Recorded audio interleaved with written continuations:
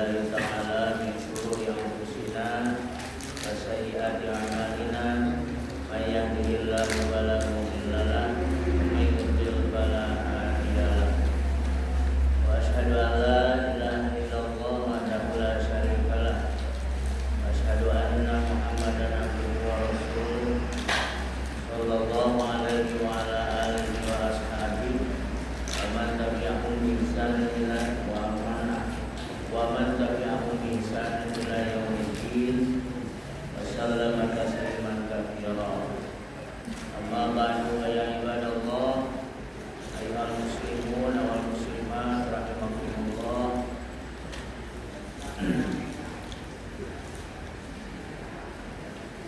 Puji dan syukur marilah kita panjatkan kehadirat Allah Subhanahu wa taala.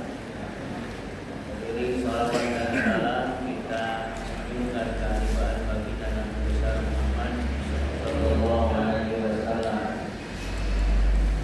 Awali dengan doa, Allahumma inna nas'aluka ilman nafi'a wa rizqan thayyiban wa amalan mutaqabbala. Allahumma inna na'udzubika min ilmin la yanfa' wa min qulubin la yakhsha' wa min nufusin la tasba' wa min da'watin la yustajabu laha. Hadirin wal hadirat rahimakumullah, kita lanjutkan kajian pada subuh ini dengan memasuki materi ke-100 dan 101. Ini sebenarnya dari pembahasan ahad yang lalu terkait dengan al-adhkarun naum. Oleh karena sudah pada hafal, maka tidak dituliskan risalahnya. Cuman sekedar mengingatkan bahwa menjelang tidur selain membacakan surah-surah yang kemarin, yaitu Al-Ikhlas dan Al-Mu'awwidzatain, maka di sini Nabi Shallallahu Alaihi Wasallam melalui penjelasan kita ini mengajarkan kepada kita untuk membaca ayatul kursi, kalau kita biasa menyebut, yaitu Quran surah Al-Baqarah ayat 255. Kemudian dilanjutkan dengan dua ayat terakhir Al-Baqarah, dari mulai kalimat atau bakal ayat Amana Rasulu bima unzila ilaihi min rabbihi wal mu'minun. Adapun faidah atau hikmah dari ayat-ayat tersebut, dalam sebuah hadis yang lumayan panjang dijelaskan bahwa pada suatu ketika dalam sebuah riwayat dari Abu Hurairah radhiyallahu taala anhu, beliau berkata bahwa Rasulullah sallallahu alaihi wasallam pernah menugasi saya, kata Abu Hurairah, untuk menjaga harta zakat pada bulan Ramadan. Maka datanglah seseorang kepada saya dan mencuri makanan dari zakat. Saya pun menangkapnya. Kemudian saya berkata kepada orang itu, demi Allah, saya akan membawamu kepada Rasulullah. Kemudian orang yang ditangkap itu berkata, sesungguhnya saya ini orang miskin, saya ini mempunyai banyak tanggungan, sesungguhnya saya ini didesak oleh kebutuhan. Maka Abu Hurairah berkata, saya pun melepaskan si maling itu. Pada pagi harinya Nabi Shallallahu Alaihi Wasallam berkata kepadaku, kata Abu Hurairah, wahai Abu Hurairah, apa yang diperbuat orang pada tangkapanmu malam tadi? Kemudian Abu Hurairah menjawab, wahai Rasulullah, ia mengadukan bahwa kebutuhannya sangat mendesak, dia mempunyai banyak tanggungan keluarga. Kemudian karena saya pun kasihan, maka dilepaskanlah. Maka Rasulullah SAW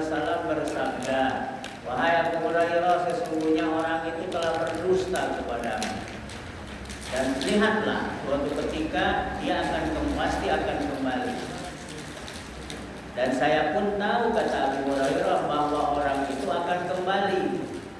Karena perkataan Rasulullah itu pasti, bukan sebuah kebohongan. Kemudian beberapa malam berikutnya saya menunggunya, kata Abu Hurairah.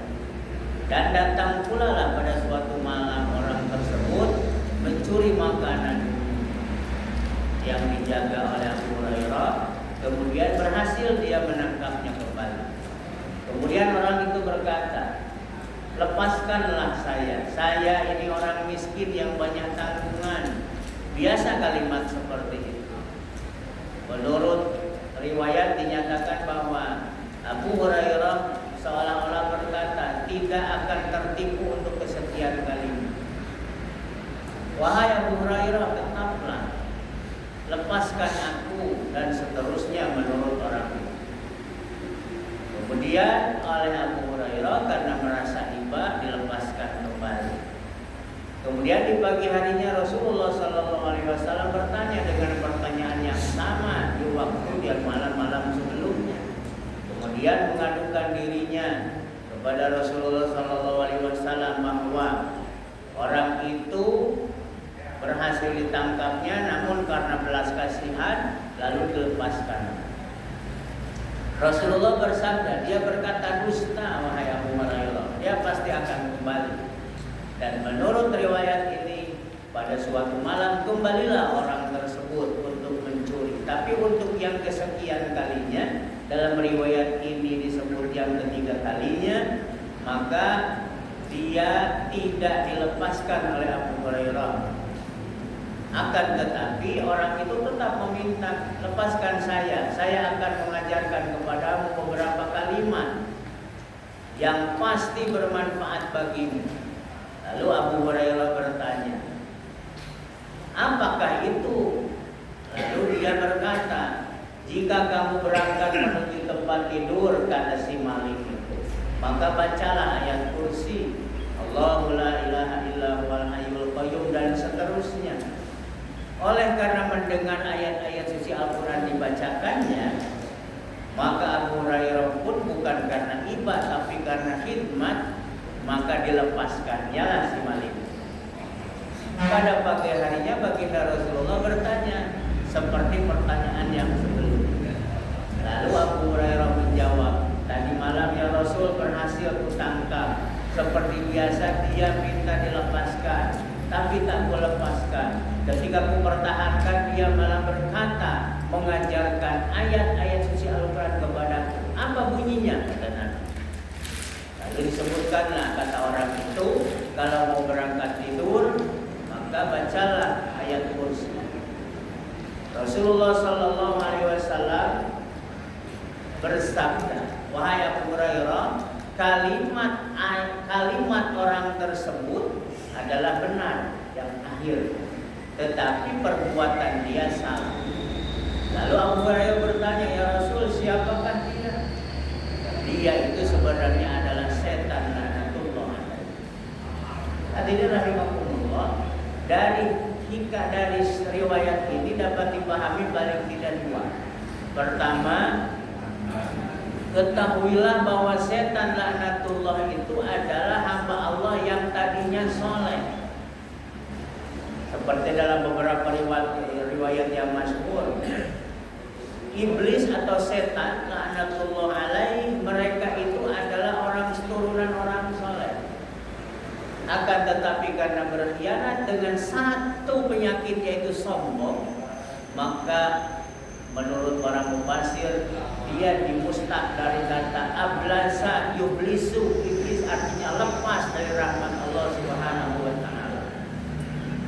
Oleh karena dia sudah lepas dari rahmat Allah Subhanahu wa taala dan punya vonis, sudah tahu vonisnya adalah neraka, maka berbagai upaya dia lakukan untuk merekrut orang-orang sebagai kawannya. Dari siapa? Dari kalangan Bani Adam. Dari kalangan Bani Adam. Kemudian sifat dari iblis itu menurut sebagian ulama, maka muncullah syaitana yastatinu syaiton yang artinya terbakar. Tetapi oleh karena mereka itu dari kelompok soleh yang dulunya kena khitab untuk beribadah, maka mereka pun berlomba-lomba untuk menjadi hamba Allah yang terbaik. Sampailah kepada titik dalam tanda petik dia belajar juga Al-Quran. Bahkan tidak sedikit atau lebih bahkan banyak setan atau dari makhluk Allah dari kalangan jin dan setan itu yang mereka sebenarnya banyak yang hafal Quran. Maka jangan heran kalau kita menghadapi orang yang misalnya sedang meruqyah, membacakan doa-doa ayat pilihan, melalui ayat pilihan kepada seseorang yang kerasukan atau bagaimanapun, biasanya ada kasus, pernah banyak kasus yang orang yang meruqyah seolah keteteran. Dibacakan Fatihah dia lebih lancar, dibacakan Al-Mu'awwidhatain dia lebih hafal, dibacakan ayat kursi dia duluan, dibacakan surah ini surah itu, bahkan setiap ayat per ayat seluruh Al-Quran dia hafal. Ternyata para ulama sepakat bahwa setan itu ada yang hafizul Quran. Makanya ini sebagai contoh penjelasan. Maka kata Rasul benar dia itu. Kemudian yang kedua, pelajaran dari riwayat ini secara kontekstual, meskipun kita diajari, meskipun kita menghadapi orang yang menurut kita berandal, menurut kita brengsek, menurut kita tidak baik, tapi apa yang disampaikannya baik, terimalah sebagai sebuah kebaikan. Muncullah kalimat pepatah, undur ma qala wala tandur man qala. Perhatikan apa yang dia ucapkan, jangan memperhatikan siapa yang diucapkan. Jadi mafhum mukhalafahnya apa? Sekalipun setan yang ngomong, kalaupun itu merupakan kebenaran, ya terima saja. Termasuk dalam konteks ini, setan kalau kita mungkin kalau Abu Hurairah mengetahui dari awal bahwa orang yang maling itu adalah setan, secara manusia tidak mau menerimanya. Karena hawa manusia kan subjektif. Tetapi dirahasiakan oleh Allah, maka Nabi tidak langsung memberitahu, padahal Nabi pasti tahu. Diujilah Abu Hurairah. Akhirnya diketahui bahwa itu sebenarnya bukan manusia, tapi setan yang menjelma sebagai manusia. Terima, amalkan itu meskipun berasal dari setan. Keperinya itu kan kalau kata orang Rusul. Apalagi kalau dari orang-orang seperti kita yang insya Allah bukan setan. Ini terkadang kita ini maaf ngomong nyemeti orang. Alah, gak usah didengar ke itu. Padahal baik omongannya. Maka dari itu ada peribahasa, meskipun keluar dari mulut seorang raja atau presiden bahasa sekarang, atau keluar dari lubang dubur, kalau itu keluar dari lubang dubur seorang presiden atau raja, tidak usah diambil. Kalau itu musuh namanya kentut. Tapi sebaliknya, meskipun dia keluar dari seorang preman, seorang anak pengembala yang menurut zahirnya tidak ada artinya, kalau itu sebuah emas, ambillah. Ini peribahasa lama yang kita sudah pada paham. Maksudnya ini disampaikan untuk penguat, supaya tidak mengedepankan subjektivitas. Karena hukum manusia ini biasanya dipengaruhi oleh subjek tertentu, melihat orangnya, tidak melihat apa yang disampaikan. Kemudian berikutnya, sebelum tidur itu kata Nabi, bacalah 2 ayat terakhir Amanar Rasul dari surat Al-Baqarah. Jadi ayat 280 berapa tuh? Berapa ayat Al-Baqarah itu? Berapa lah? 286. Berarti ayat 2 ayat terakhir ayat 285 dengan 86. Amanar rasulu bima unzila ilaihi mir rabbihi wal mu'minun. Bareng yuk. Amanar rasulu bima unzila ilaihi mir rabbihi wal mu'minun. Kullun amana billahi wa malaikatihi wa kutubihi wa rusulihi la nufarriqu baina ahadin min rusulihi wa qalu sami'na wa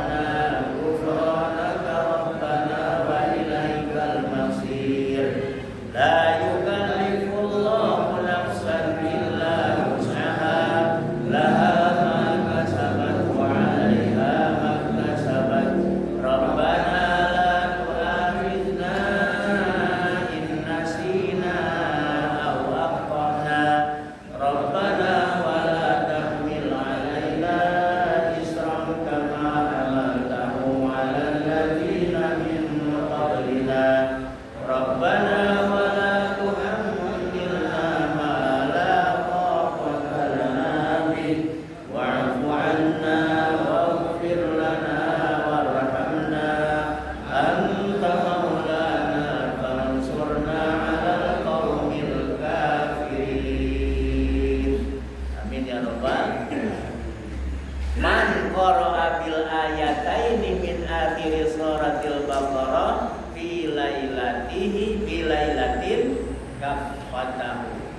Nabi sallallahu alaihi wasallam bersabda, "Man qara'a bil ayataini, siapa saja yang membaca 2 ayat terakhir min akhir suratil Baqarah, dari akhir surah Al-Baqarah seperti tadi, fi lailatin, pada sebuah malam, kafatahu, maka Allah akan mencukupinya."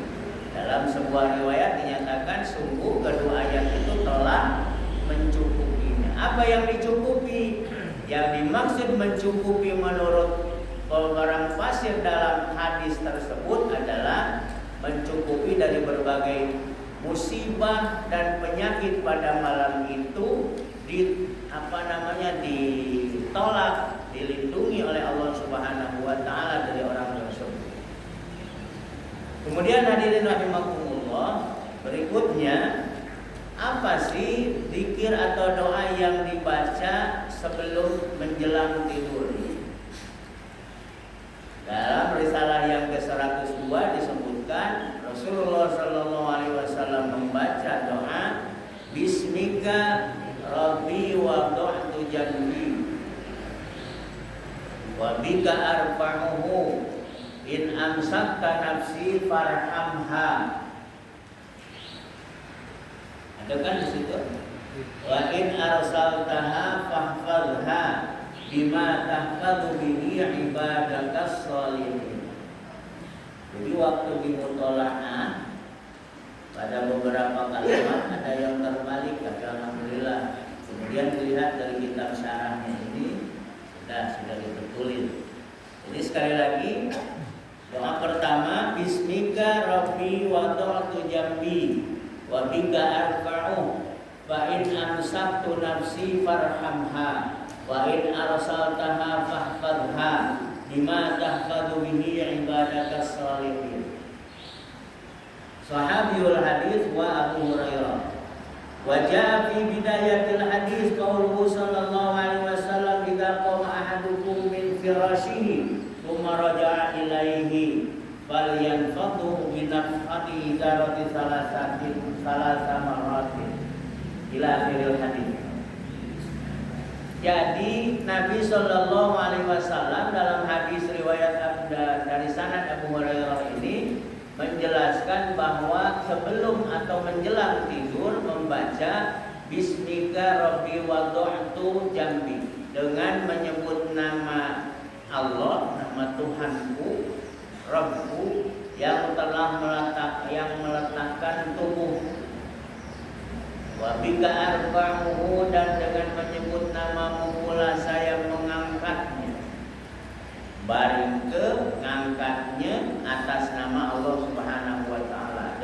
kuasa Allah Subhanahu wa taala. In amsakta nafsi farhamha. Jika engkau menahan diriku ya Allah, maka rahmatilah aku. Rahmatilah dia, maksud jasad ini. Wa in arsaltaha fahfadha. Dan jika engkau melepaskannya kembali, maka jagalah dia. Bima tahfadzu bihi ibadaka sholihin, dengan penjagaan sebagaimana engkau menjaga hamba-hambamu yang saleh. Hadirin rahimakumullah, hadis ini panjang. Sebenarnya doa ini berasal dari hadis yang cukup panjang, yang lengkapnya dikatakan dalam kitab ini.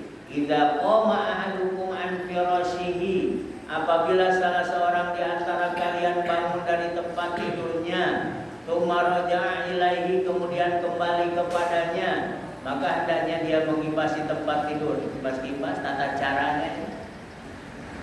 Kalau bahasa beberapa orang itu, beberapa kalangan masyarakat dikepruk-kepruk, ternyata sunnah Rasul. Dikepruk-kepruk apa dikibas-kibas tempat tidur itu boleh dengan hitungan 3 kali. Dengan apa? Bisonifati izarihi. Ini sebenarnya makna kiasan saja, bisa dengan sarung atau dengan kain, dengan ujung sarung, ujung kain dan lain sebagainya. Tapi terkadang kalau melihat istri atau orang-orang tua kita dulu mengibaskan atau merapikan tempat tidur itu bagaimana? Ada yang biasa pakai sapu lidi kan, tapi sapu lidi yang bersih, jangan di halaman pakai itu, di kasur pakai itu. Yomi yang tidur itu.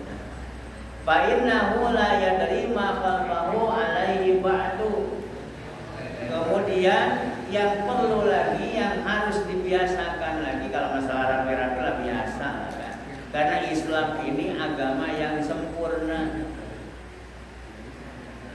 Maaf ngomong tuh, beberapa waktu yang lalu di sebuah podcast ada orang Cerudian, kalau tidak salah dia orang yang pernah murtad. Jingo katanya orang Islam itu. Orang Islam itu sampai ke urusan apa namanya,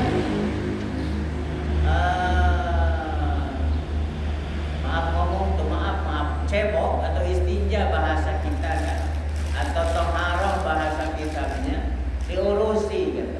Dan kategorian Tuhan di agama Islam. Nah itu beraninya ngomong main. Dan seterusnya. Padahal itu kan tidak seberapa kan. Jadi begitu mendengar itu, pertama yang terbersit di dalam otakku waktu itu, ya Allah ya Rabbi, ingat waktu ngaji tafsir Quran surah Al-Baqarah ayat ke-26 pada salah. Innallaha la yastahyi ayyadriba mathalan ma ba'udatan fama fawqaha. Bacalah ayat itu. Ayat itu tuh berbicara tentang nyamuk. Ada orang kafir yang ngomong, buat apa ngomong ke nyamuk di kitab suci, katanya itu di Quran. Ternyata orang itu jauh dari hidayah. Begitu setelah dapat hidayah dari Allah Subhanahu wa taala baru paham. Islam ini agama yang sangat teliti, bukan cuma urusan akhirat saja, urusan dunia yang kecil seperti nyamuk saja diperhatikan. Dan seterusnya. Termasuklah jangan ini terulang. Orang yang ngomong seperti itu cuma beda ininya, tapi beda konteks atau beda materinya, tetapi secara maknawiyah tujuannya sama, merendahkan. Padahal dia tidak tahu. Sebenarnya apa sih hikmahnya Allah Subhanahu wa taala melarang ini, melarang itu, memperhatikan ini, memperhatikan itu? Itu semua kembali kepada kita, untuk kita semua. dicontohkanlah oleh baginda Rasulullah SAW, termasuk dalam hal nak baring, nak tidur, posisi tidur, bangun tidur. Kalau diamal sehat rupanya. Bagaimana posisi Nabi kalau sebelum tidur? Ini bacaannya. Bukan cuma kebacaannya, ternyata ada cara. Dikeprikeun, dikibaskeun, dibersihkan, dirapikan ke tempat tidur. Ajaran Rasul. Posisi tidur, kalau bisa sejajar antara kepala dengan bagian badan dan miringkan ke arah kanan. Mana pertama? Mengingat kematian. Karena sepinter-pinter manusia, secerdas-cerdas manusia, kata Nabi, adalah orang yang rajin mengingat kematian. Itu berbaring. Bila perlu kalau tahan tidak usah pakai bantal, miring ke kiri. Dalam beberapa riwayat, misalnya dalam kitab Sirah Nabawiyah, jelaskan bagaimana seorang Rasulullah SAW, kekasih Allah, dia tidur di atas pelepah kurma sebagai alas pembaringannya sampai bangun tidur membekas. Orang menilai kebersahajaannya saja, padahal dia itu mengajarkan kepada kita selain hidup bersahaja, hidup sederhana, terima apa adanya dari rahmat Allah Subhanahu wa taala. Jaga dong sikap kita ketika tidur. Menurut kaum medis, bahwa orang yang tidur dengan memposisikan miring ke arah kanan, posisi jantung di sebelah kiri, bagian atas badan ketika miring tersebut, maka dipastikan kalau itu dibiasakan akan memicu kesehatan, memicu kesehatan jantung. Tuh, termasuklah dalam ya Allah ya Rabbi maaf ngomong tuh. Yang ngomong ini setelah terkena penyakit yang macam-macam, rupa-rupa, kemudian dari handai tolan sahabat, kaum kerabat datang dan banyak yang menasehati, semakin sadar betapa Rasulullah SAW mengajarkan kepada kita. Rasul itu mengajarkan kita makan sedikit, kita ini sedikit-sedikit makan.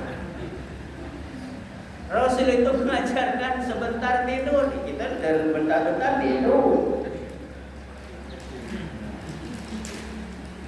Sampai-sampai dalam sebuah kesempatan ada seorang eksekutif muda, Pak, ahli programmer komputer, ulang malam tadi rekamannya, lupa siapa namanya. Dia baru sadar setelah usia 50 tahunan bahwa begadang itu benar. Sebelum Roma Irama itu sebenarnya ada lagu begadang kan, begadang jangan begadang katanya. Kalau tidak ada duitnya kan macam itu. Dia sadar, Pak, jangan begadang. Jadi dia itu mulai sadar beberapa waktu yang lalu bahwa tidak boleh lagi tidur di atas jam 8. Dengan pecian, makanya dengan tujuan supaya bisa bangun jam 3 pagi. Beda, otak lebih cerdas katanya, badan lebih sehat. Ini ajaran Rasulullah SAW juga. Cepatlah tidur supaya cepat bangun. Ini kan beratnya nak bangun ya Allah ya Rabbi. Dia bangun tidur berdalu jam 1:30 baru balik dari majelis gap itu. Salat subuh. Alhamdulillah masih salat subuh kan. At-tahiyatullah mulai. Mengingat zaman dulu kan lagi bujang kan. Masih hobi begadang ya, malam libur, malam minggu galala, nongkrong tidak tapi berbuat kriminal. Tidurnya di masjid, Pak. Jam 2:30 baru ke masjid, baru tidur.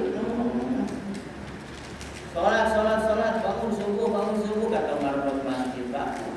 Dia sudah kunci dia itu. Bangun. Ambil air wudu, masih dah hilang pula. Sampai ke tahiyat akhir. Masih ingat bagi mamang itu? Oi, la salam. Assalamualaikum warahmatullahi wabarakatuh. Masih teringat itu korban begadang. Oleh sebab hadirin rahimakumullah, jangan sampai mengecilkan risalah Nabi Shallallahu Alaihi Wasallam. Ya, yang ngomong juga ini masih dalam rangka belajar, mengajak diri dan kita semua untuk belajar selangkah demi selangkah lah. Bagaimana mengikuti langkah Rasulullah Shallallahu Alaihi Wasallam, bukan hanya dalam ibadah mahdoh saja, tapi dalam kehidupan sehari-hari untuk diri kita sendiri masing-masing. Kemudian yang doa berikutnya Rasulullah ajarkan kepada kita, Allahumma inni khalaqtu nafsi wa anta tawwabah laka mamatuha wa mahyaha. In ahyaitaha fahfadha wa in amattaha faghfir laha. Allahumma inni as'aluka al-afiyah. Ya Allah, sesungguhnya Engkau menciptakan diriku dan Engkau yang akan mematikanku atau mematikannya diriku ini. Mati dan hidupnya hanya milik-Mu ya Allah. In ahyaitaha fahfadha, apabila Engkau menghidupkannya maka peliharalah, jagalah. Wa in amattaha faghfir laha, dan apabila Engkau mematikannya ampunilah. Ampunkanlah. Allahumma inni as'aluka al-afiyah. Ya Allah, sesungguhnya aku memohon kepadamu keselamatan. Kemudian di doa yang berikutnya, Allahumma qini adzabaka yauma tab'atsu ibadah. Ya Allah, jauhkanlah aku dari siksa-Mu saat Engkau membangkitkan pada para hamba-Mu. Kita kan akan kembali kepada Allah melalui kematian. Pintu pertama akhirat itu adalah kematian. Ajal adalah batas kontrak kita di dunia ini. Maka suatu ketika ajal itu akan kita hampiri. Kita menghampiri ajal atau ajal menghampiri kita. Yang pasti Allah menciptakan kita ada batas, ada hudud. Hudud secara bahasa artinya batasan. Batasan dalam kehidupan itu adalah ajal. Maka ketika ajal itu menghampiri kita atau kita menghampiri ajal atau kita sampai kepada ajal atau batasan itu, tak satu pun yang bisa mengelak dari semua itu. Maka dari itu mintalah kepada Allah husnul khotimah. Masuklah kita ke akhirat melalui pintu kematian. Sudah itu lama kita di alam yang namanya barzakh. Barzakh itu artinya alam intidhar, alam menunggu sampai datangnya yaumul baqo, hari keabadian. Yaumul baqo dimulai dengan yaumul ba'tsi, hari kebangkitan. Maka dari itu memintalah kepada Allah melalui doa ini, salah satunya Allahumma qini adzabaka yauma tab'atsu ibadah. Ya Allah, jauhkanlah aku dari siksa-Mu saat Engkau membangkitkan. Setelah yaumul ba'tsi masuk yaumul hasyr, hari pengumpulan. Di mana? Di padang mahsyar. Jangan sampai dipotong, bukan di padang. Di padang mahsyar. Inilah yang jadi anekdot sekarang. Jadi cerita lucu-lucuan di sosmed. Ujianan nyoba, kamu tahu dah bahasa Padangnya kucing? Enggak, apa dia kuciang. Kalau kambing, kambiang katanya. Kalau telingo, kupiang. Salah, talingo. Oh, bapaknya ngapo deh? Ngomong dengan anak, ngapo deh dia belajar bahasa Padang? Harus belajar ya, kata guruku, kakek kita dikumpul ke di akhirat di Padang. Padahal ada padang mahsyar, maksudnya padang mahsyar. Itu belorenya orang Padang ya. Tuh. Yang pasti hadirin rahimakumullah, kita meminta kepada Allah supaya diselamatkan, dijaga, dipelihara, dilindungi oleh Allah Subhanahu wa taala ketika kita dibangkitkan. Kemudian yang berikutnya doa bismika Allahumma amut wa ahya. Ada yang protes? Ya. Oh, ada yang gelutu dalam hati. Aku biasanya Allahumma bismika Allahumma ahya wa amut. Ya kan? Sama aku juga itu baca pertama hari. Kalau terbalik, dibaca dibolak-balik, tidak terbalik. Bismikallahumma amutu ahyan, terbalik. Dalam terbiasa mah itu. Pertanyaannya ngapo amutu dulu, ngapo ahyan. Nah dari Ustaz Ridwan aku dulu belajar ilmu tentang mati dan hidup. Uji dia ngapa duluan mati apa duluan hidup? Gimana lah ngawan dulu ngobrol sama itu. Jadi dinukil oleh beliau itu ayat pertama atau pangkal Quran surah Al-Mulk. Tabarakalladzi biyadihil mulku wa huwa ala kulli syai'in qadir alladzi khalaqal mauta wal hayata. Allah cipta kehidupan. Dulu ada mati dulu. Jawab, Pak. Mati dulu atau hidup dulu? Mati dulu. Artinya tak kate dulu gitu itu. Baru ada mati, hidup, mati lagi kalian, hidup lagi. Nah, ibarat bahasa itu tak kate kita di dunia, terus diaduk ke apa? Kaki tak kate lagi kita di dunia. Nah itulah orang yang ingkar atau orang yang setengah beriman atau orang yang berat hatinya mengakui keimanan kepada Allah dan Rasulnya, dia mengatakan ngomong ke akhirat, ngomong ke mati, ngomong ke sholat, ngomong ke ibadah, ngomong ke surga neraka itu mah cerita. Tapi kakek suatu saat Pak, suatu saat yakinilah bahwa dunia ini tinggal cerita. Kita hidup di alam yang nyata. Jadi menghadapi orang yang bengkelok, kata orang dusun, menghadapi orang yang baga itu lebih dari bengkelok, ujinya tuh susah diomongi, diceramahi dia dulu ceramah, maka sudahlah, biarlah. Diajak sholat, dikasih tahu ibadah, buat apa sholat, buat apa ibadah itu. Pak ngomong secara manusiawi boleh capek baik. Padahal ada panitia masjid ngajak berinfak, ada marbot masjid ngajak beribadah, yuk makmur ke masjid. Ada tokoh masyarakat, tokoh agama ngajak kita untuk sama-sama beribadah, malah dicuekin. Coba dari jumlah sembawah itu cuma berapa bijinya yang hadirin keberinya itu. Ini mereka banyak berkata itu mencerita masalah akhirat. Tapi suatu ketika justru akhirat itu nyata, dunia tinggal cerita. Kita ngomong sekarang berbusa pun pada orang yang menolak hidayah dari Allah, ibarat kita ngomong sama bayi yang masih dalam kandungan. Oi bayi, kamu ini kaki tinju tangan. Untuk apa tangan? Untuk apa telinga? Untuk apa mata? Karena udah paham masih ada di alam kegelapan tadi. Begitu brol ke alam dunia, baru paham apa fungsinya tangan, apa fungsinya kaki dan seterusnya. Itulah orang ketika sudah mati, masuk ke akhirat, masuk ke alam barzakh, ditanya atau bertanya kepada malaikat, nah, apa tetangga sebelah di kuburan itu terang? Uji malaikat itu kan dulu disuruh ngaji oleh Nabi itu, belajar Quran itu sebagai penerang di alam kubur. Baru antang disiksanya. Tidak baca balik lagi. Dalam Quran berapa ayat tuh yang menyindir kaum atau manusia yang ya laitani kuntu turaba, di antaranya ya Allah balik aku nih ke dunia jadi ke tanah, bukan jadi ke manusia. Saking nyeselnya. Tapi apa boleh buat? Penyesalan hanya berada di penghujung.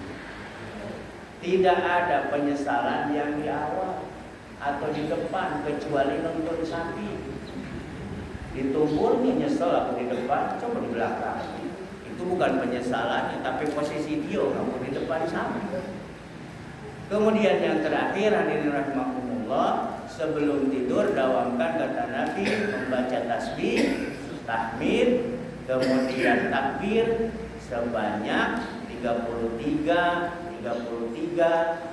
Kemudian ada yang mengatakan arba'an wa salasin, 30.